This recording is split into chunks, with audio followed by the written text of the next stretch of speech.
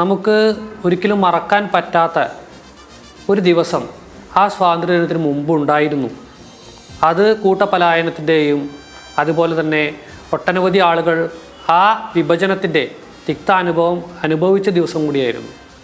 അത് കേരളത്തിൽ ചർച്ച ചെയ്യുന്നു, ലോകത്ത് ഭാരതത്തിൽ ചർച്ച ചെയ്യുന്നു. കാരണം ആ ചരിത്രം കൂടി ഓർമ്മിക്കണം. കാരണം ഇനിയൊരു വിഭജനം ഉണ്ടാകരുത്. വിഭജനം എന്ന് പറയുന്നത് അത് വളരെ നമുക്ക് സഹിക്കാൻ പറ്റാത്ത രീതിയിലുള്ള അന്തരീക്ഷം നമ്മുടെ ഭാരതത്തിൽ ഉണ്ടാക്കും. അത്തരത്തിലുള്ള സാഹചര്യങ്ങൾ ഉണ്ടാവരുത്. മാത്രമല്ല അന്ന് നമ്മുടെ രാഷ്ട്രീയ പാർട്ടികളെടുത്ത നിലപാടുകൾ നമുക്കറിയാം. മുസ്ലിം ലീഗ് ഉൾപ്പെടെയുള്ള കോൺഗ്രസ് ഉൾപ്പെടെയുള്ള ആളുകൾ ആ വിഷയത്തിൽ എന്ത് നിലപാടാണ് എടുത്തത്, ഇത് ഇന്നത്തെ വിദ്യാർത്ഥി സമൂഹം ചർച്ച ചെയ്യണം, അവരിത് മനസ്സിലാക്കണം എന്നുള്ളതിൻ്റെ അടിസ്ഥാനത്തിലാണ് ഈ വിഭജന ഭീതി ദിനം നടന്നിട്ടുള്ളത്.